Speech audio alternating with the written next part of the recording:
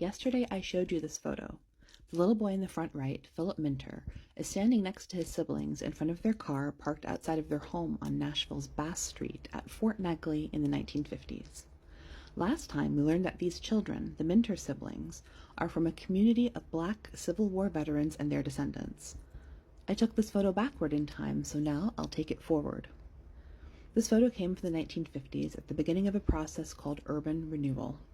Part of the process involved making room for the system of interstates to connect the nation, and cities made space for them often by choosing the most blighted areas.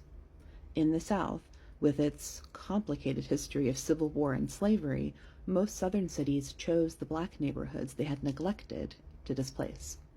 This way, they could not only clear out blighted neighborhoods, but also relocate black people to further reinforce segregation.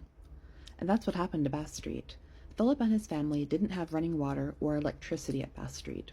He and his neighbors were promised homes with modern conveniences if they agreed to disperse to make room for the highway. Not everyone agreed, so they were forced. The area where Phillip's house was became part of Fort Negely Park's property. The city built a children's museum there, conveniently located next to the brand new highway. The rest of the area was left as parkland. Vegetation and landscaping quickly covered the remains of Phillip's neighborhood homes and the church that he had attended as a child. This picture is from the building behind the Minter children. It's from the late 1970s. This factory was all that was left of Old Bass Street after Renewal. And for years, few people spoke about Bass Street until Professor Wyatt, an archaeologist from Middle Tennessee State University, came in to poke around in 2017. He'll tell you that he didn't expect much. Everyone had told him the land was too disturbed to be useful, but curiosity got the best of him.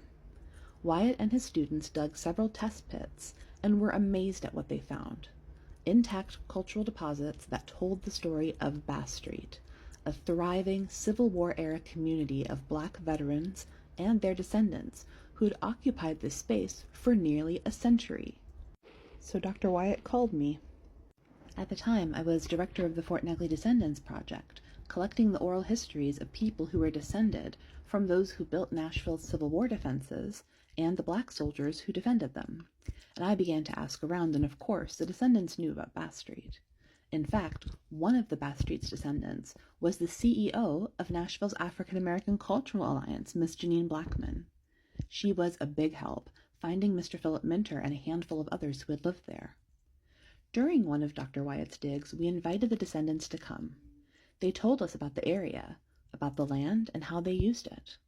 They told us about the artifacts they recognized, and together we read the names of their neighbors who used to live there. Now, the city is beginning to understand how important this area of the park is. Fort Negely Park has a bright future. The land this factory was on is being bought back to annex it to Fort Negely Park. Landscape architects and urban planners are working to create mock-ups of what this area could look like once rebuilt into a park that honors this history of the Black laborers and Civil War soldiers and their descendants who make up a big part of Nashville's population today. Slowly, we will reintegrate that which was forgotten and suppressed. Mr. Phillip is helping us to do that, one memory at a time.